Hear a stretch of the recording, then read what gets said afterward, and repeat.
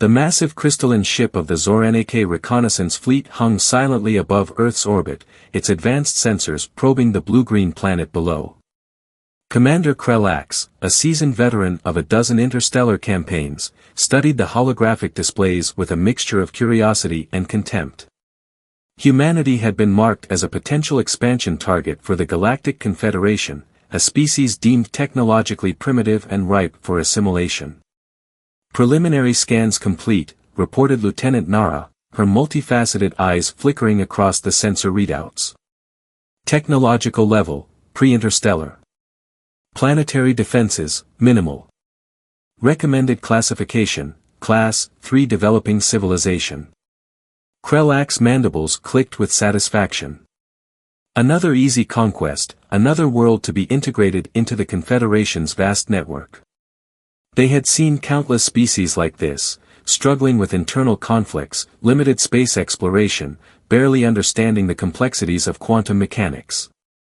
The Zor-Nak had perfected the art of identifying and absorbing such civilizations. What they didn't know was that humanity had been watching, waiting, and preparing far longer than any alien intelligence could comprehend. In a nondescript research facility buried deep beneath the Andes Mountains, Dr. Elena Rodriguez reviewed the incoming alien scanner data. Her team, a carefully selected group of scientists, military strategists, and technological innovators, had been preparing for this moment for decades. "They're scanning us," she muttered, her fingers dancing across holographic interfaces. Typical reconnaissance pattern. Predictable. Around her, a network of quantum computers hummed with capabilities that would make the Zor-Nak reconnaissance team's technology look like primitive abacuses. Project Guardian had been humanity's most closely guarded secret, a comprehensive defense and counterintelligence system that had been developing in absolute secrecy. The global network was unlike anything the Zor-Nak could imagine. Every satellite, every communication network, every technological system on Earth was interconnected in ways that transcended traditional understanding. What appeared to be separate systems were actually nodes in a planet-wide, self-adapting intelligence network. Back on the Zor-Nak ship, Commander Krelax began preparations for the standard preliminary communication. It was a ritual they had performed countless times, a formal declaration of the Confederation's intent, followed by an offer of peaceful integration. "Prepare standard communication protocol," Krelax ordered. "Activate translation matrices." Lieutenant Nara hesitated. Something felt off. The planetary scans showed inconsistencies. Communication networks that seemed primitive one moment would suddenly show complex, fleeting patterns of extraordinary sophistication. The communication beam fired, a standard frequency used to establish first contact with developing civilizations. It was designed to be both a message and a subtle scanning mechanism, probing for technological and communication vulnerabilities. What happened next was not in any first contact protocol. The communication beam didn't just get absorbed or deflected. It was instantaneously analyzed, understood, and then something unprecedented occurred. It was sent back, modified with layers of complex data that immediately overwhelmed the Zor-Nak ship's communication systems. Alarms blared. Systems began to fluctuate. Lieutenant Nara's eyes widened in genuine fear, an emotion rarely experienced by her species. "Commander," she stammered, "our systems, they're being rewritten." Krelax rushed to the main console, mandibles clicking in agitation. But before he could respond, every display in the ship transformed. Not with alien code or a defensive barrier, but with a simple, chilling message in perfect Zor-Nak linguistic notation. "Warning, you are not welcome." The ship's advanced quantum encryption systems, considered unbreakable by every known civilization, were systematically dismantled, not destroyed, but carefully, methodically taken apart as if they were nothing more than a child's building blocks. On Earth, Dr. Rodriguez allowed herself a slight smile. "First lesson," she whispered, "never underestimate humanity." The Zor-Nak reconnaissance mission had just become something entirely different. What was meant to be a routine planetary assessment had transformed into humanity's first statement to the galaxy: we are not your prey. We are the predators you never saw coming. The aftermath of the first contact was felt across two very different worlds. On the Zor-Nak reconnaissance ship, panic had transformed into a desperate attempt to understand what had just happened. In the underground research facility beneath the Andes, Dr. Elena Rodriguez and her team were only beginning to implement their next phase. Deep within the Confederation's Central Intelligence Hub, the incident with Earth triggered an immediate high-level emergency session. The Zor-Nak leadership had never encountered a species that could so completely neutralize their most advanced reconnaissance technology. Admiral Zartok, a veteran of numerous planetary conquests, reviewed the fragmented data from the reconnaissance mission. What should have been a routine preliminary scan had become a nightmare of technological impossibility. Analyze the communication breach, he demanded of his chief technological analyst, a veteran named Corell. Corell's multiprocessing brain worked overtime, holographic displays flickering with complex data streams. It's unprecedented, he reported, his voice betraying a hint of professional concern. The humans didn't just defend against our communication probe. They completely reverse-engineered our transmission in microseconds, then used our own communication protocols to send back a message. The message itself was perhaps more disturbing than the technological feat, a simple warning that implied not just defensive capability, but a profound understanding of the Zor-Nak's intentions. Meanwhile, on Earth, the true depth of Project Guardian began to unfold. What the aliens had glimpsed was merely the tip of a technological iceberg that had been developing in absolute secrecy for decades. Dr. Rodriguez gathered her core team in the facility's main strategy room. Holographic displays showed the Zor-Nak ship's current status, effectively neutered, its systems in complete disarray. Phase 1 is complete, she announced to her multicultural team of scientists, military strategists, and technological innovators. They've been warned. Now they need to understand. Marcus Chen, the project's quantum computing expert, brought up a comprehensive breakdown of their technological preparations. We've been planning for this moment for generations, he explained. Every technological advancement, every seemingly random research project, has been part of a larger strategy. The team had recognized decades ago that humanity's greatest strength wasn't in traditional military might, but in adaptability, collective intelligence, and the ability to rapidly innovate. Project Guardian was more than a defensive system, it was a living, breathing network of human potential. Their preparation had multiple layers. Advanced quantum communication networks that could instantaneously share and process information. Adaptive AI systems that could learn and respond faster than any known technological framework. And most importantly, a global network of researchers, scientists, and strategic thinkers who had been quietly preparing for potential extraterrestrial contact. The Zor-Nak had assumed humanity was fractured, limited by internal conflicts and technological constraints. They didn't understand that those apparent weaknesses were actually sources of strength, the ability to adapt, to innovate, to come together when faced with an external threat. Back in the Confederation's intelligence hub, Admiral Zartok made a decision that would change everything. Prepare a diplomatic communication, he ordered. We need to understand what we're dealing with. But even as he spoke, the Zor-Nak communication systems began to flicker. Not with an attack, but with something far more unsettling, a complex data stream that seemed to be teaching them about themselves, exposing vulnerabilities in their own technological and social structures they hadn't even recognized. Humanity had sent a message beyond simple warning. They were showing the Zor-Nak that they were being studied, analyzed, and understood in ways that went far beyond traditional interstellar conflict. The technological awakening had begun. And the galaxy was about to learn that humanity was not a species to be underestimated. The discovery of extraterrestrial reconnaissance had a transformative effect on human civilization. What might have once sparked global panic instead ignited an unprecedented wave of unity and purpose. In the United Nations Emergency Council chamber, representatives from every continent gathered in a session that would reshape human history. Dr. Elena Rodriguez stood at the center, her presentation revealing the full scope of Project Guardian to world leaders.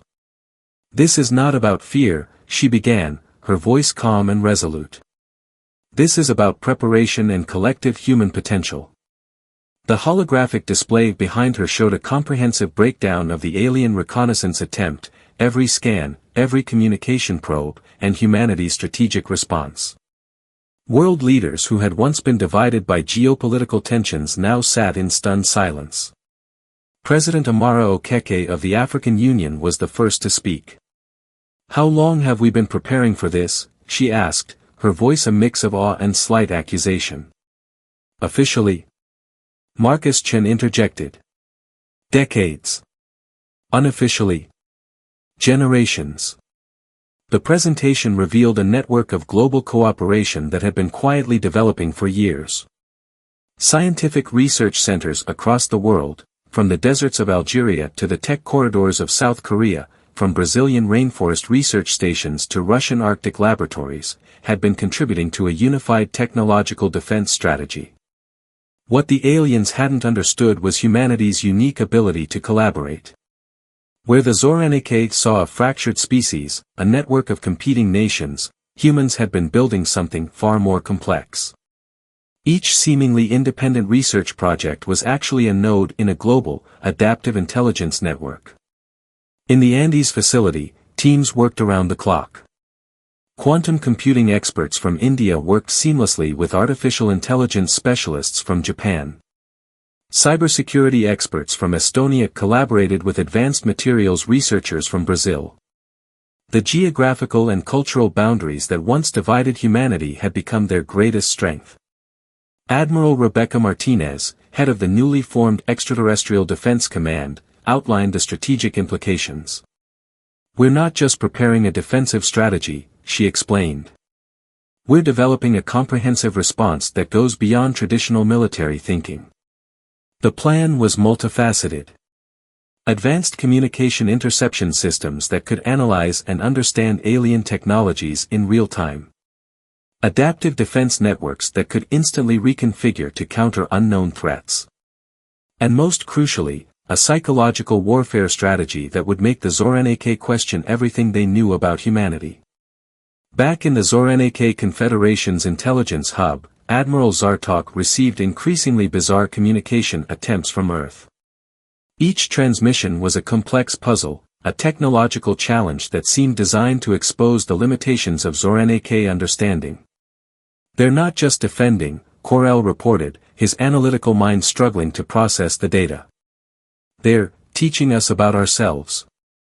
The transmissions contained subtle revelations about the Zoranike's own technological and social structures. Complex algorithms that seemed to predict Zoranike decision-making processes with uncanny accuracy. Glimpses of potential vulnerabilities that the humans could exploit, but chose to simply demonstrate. It was psychological warfare of the highest order.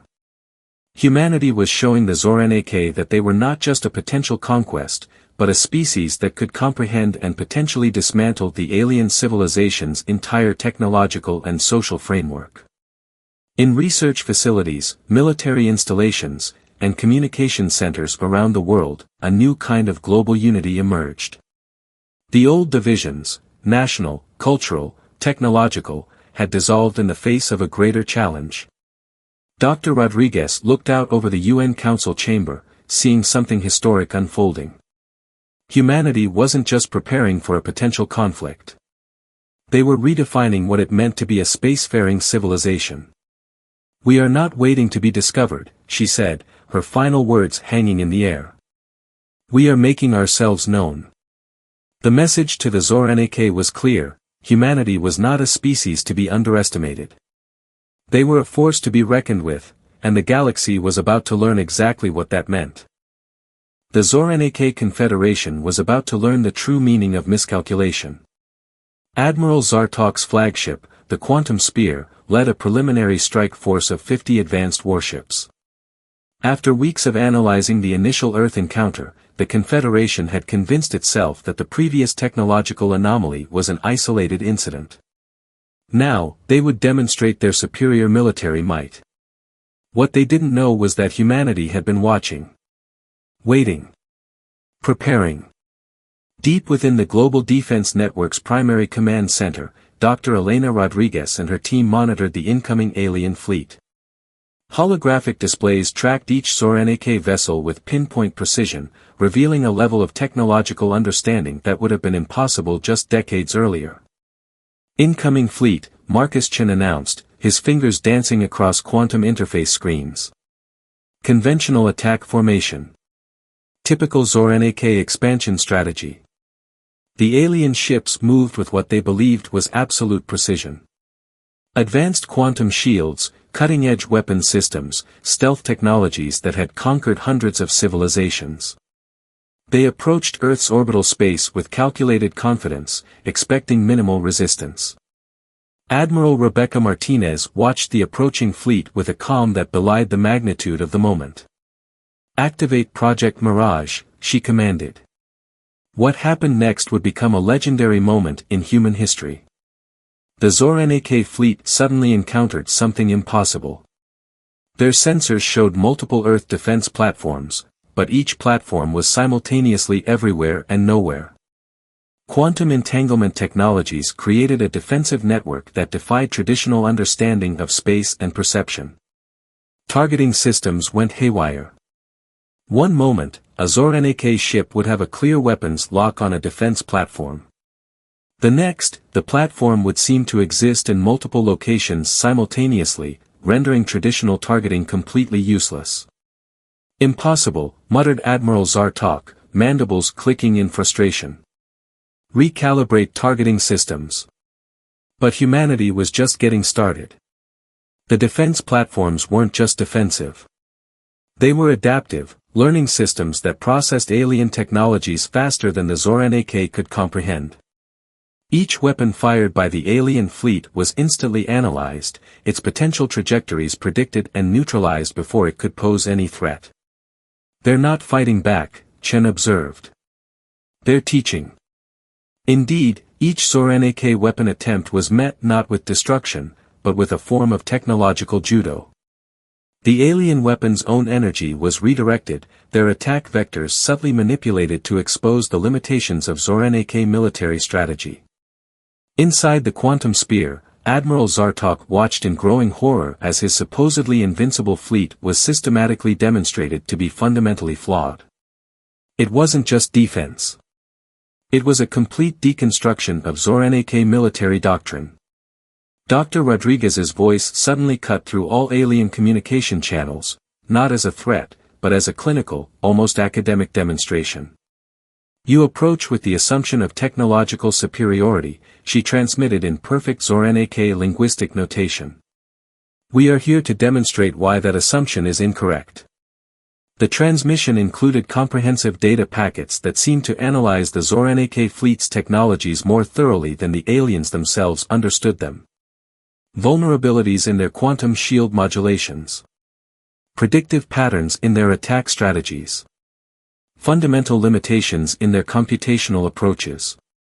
It was psychological warfare of the highest order. The humans weren't just defending. They were systematically exposing the Zorn-AK as technologically inferior. Admiral Zartok made a decision that would be remembered in Zorn-AK history. Retreat was not just an option, it was now a necessity of survival. As the alien fleet began to withdraw, humanity sent one final message. Not a threat. Not a declaration of war. But a simple, chilling statement that would echo through the Zorn-AK Confederation. We are watching. We are learning. We are waiting. The turning point had arrived. And the galaxy would never be the same. The Zorn-AK Confederation was in chaos. What had begun as a routine reconnaissance mission had transformed into a complete existential crisis. Their most fundamental assumptions about technological superiority had been shattered by a species they had previously deemed inconsequential. In the high chambers of the Confederation's central governance complex, emergency sessions burned through standard cycle after cycle. Holographic displays showed the systematic dismantling of their invasion strategy, not through conventional warfare, but through a form of technological and psychological warfare unlike anything they had ever encountered.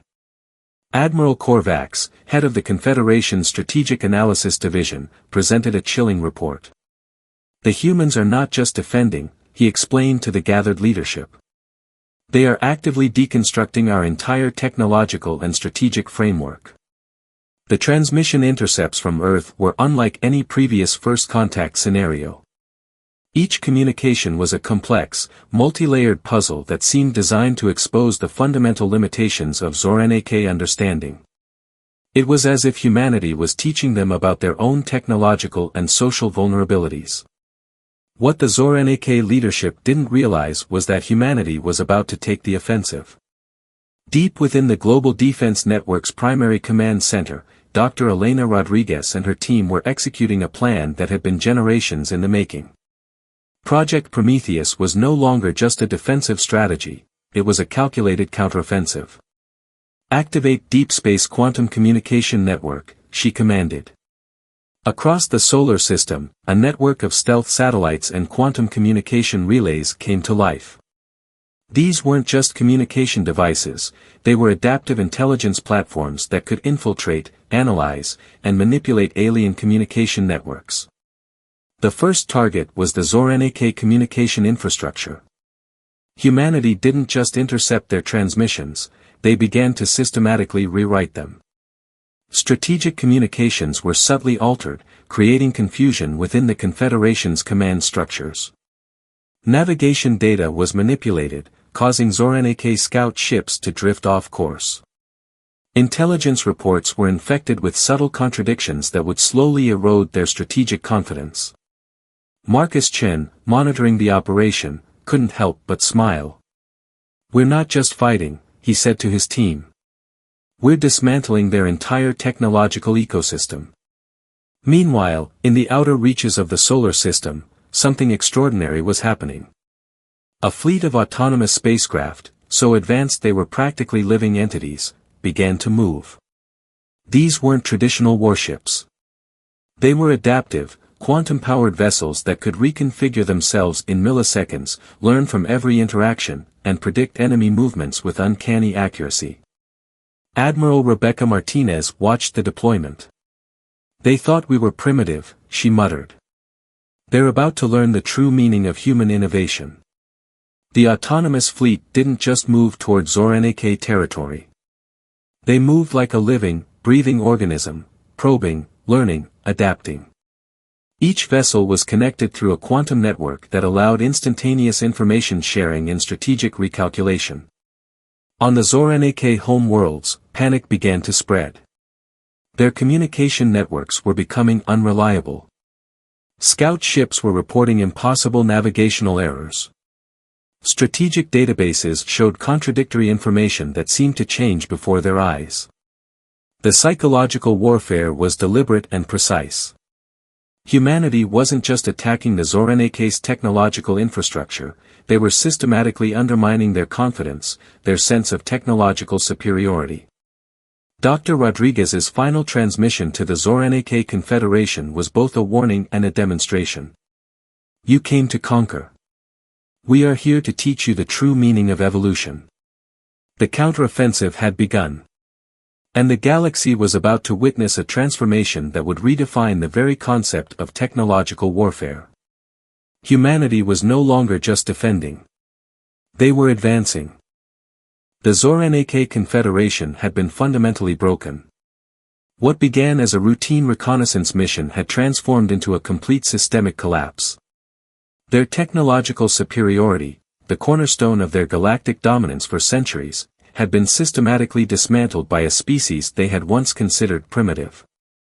In the shattered halls of the Confederation's central governance complex, the remaining leadership struggled to comprehend the magnitude of their defeat. It wasn't a traditional military conquest. Humanity had done something far more profound, they had exposed the fundamental weaknesses in the Zorn-AK's technological and social structures. Admiral Korvax, once a proud strategist, now stood as a broken figure. The quantum communication networks that had been the Confederation's greatest strength were now their most significant vulnerability. Humanity had not just defeated them, they had rewritten the very understanding of technological warfare. Dr. Elena Rodriguez stood before the United Nations Extraterrestrial Council, presenting the final report on Project Prometheus. The room was silent, filled with representatives from every corner of the globe. This was never about conquest, she explained. This was about evolution. The autonomous human fleet that had systematically neutralized the Zoran-AK threat was now positioned at the edges of their known territories. But they weren't preparing for further conflict. They were establishing a new form of galactic communication, one based on mutual understanding rather than domination. Marcus Chen, presenting the technological analysis, revealed the true depth of humanity's approach. We didn't just defend ourselves, he said. We demonstrated a fundamental truth about technological development. Adaptability is true strength. The Zoran-AK had approached humanity with the assumption of technological superiority. They had seen a species still struggling with internal conflicts, limited space exploration, and seemingly primitive technological infrastructure. What they hadn't understood was that these apparent weaknesses were actually sources of unprecedented strength. Humanity's global communication networks, their ability to collaborate across cultural and geographical boundaries, their rapid innovation cycles, these were not limitations. They were evolutionary advantages that the Zoran-AK could never comprehend. Admiral Rebecca Martinez outlined the next phase. Humanity would not seek revenge. Instead, they would offer a new paradigm of galactic interaction. Not through military might, but through technological and cultural exchange.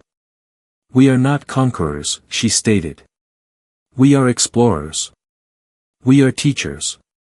The autonomous fleet began transmitting complex data packets to the remnants of the Zoran-AK Confederation. These weren't threats or invasive technologies. They were comprehensive analyses of the Zoran-AK's own technological limitations, presented not as weapons, but as opportunities for growth and understanding. On Earth, a new era had begun. The global unity that had been forged in the face of potential extinction would not fade. Project Guardian had transformed from a defensive strategy to a platform for unprecedented human potential. Dr. Rodriguez's final transmission to the remaining Zoran-AK leadership captured the essence of humanity's approach. We did not come to destroy. We came to show you what is possible when a species truly understands its potential.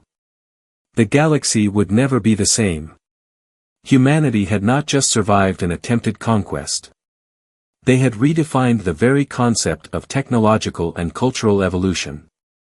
And they were just getting started.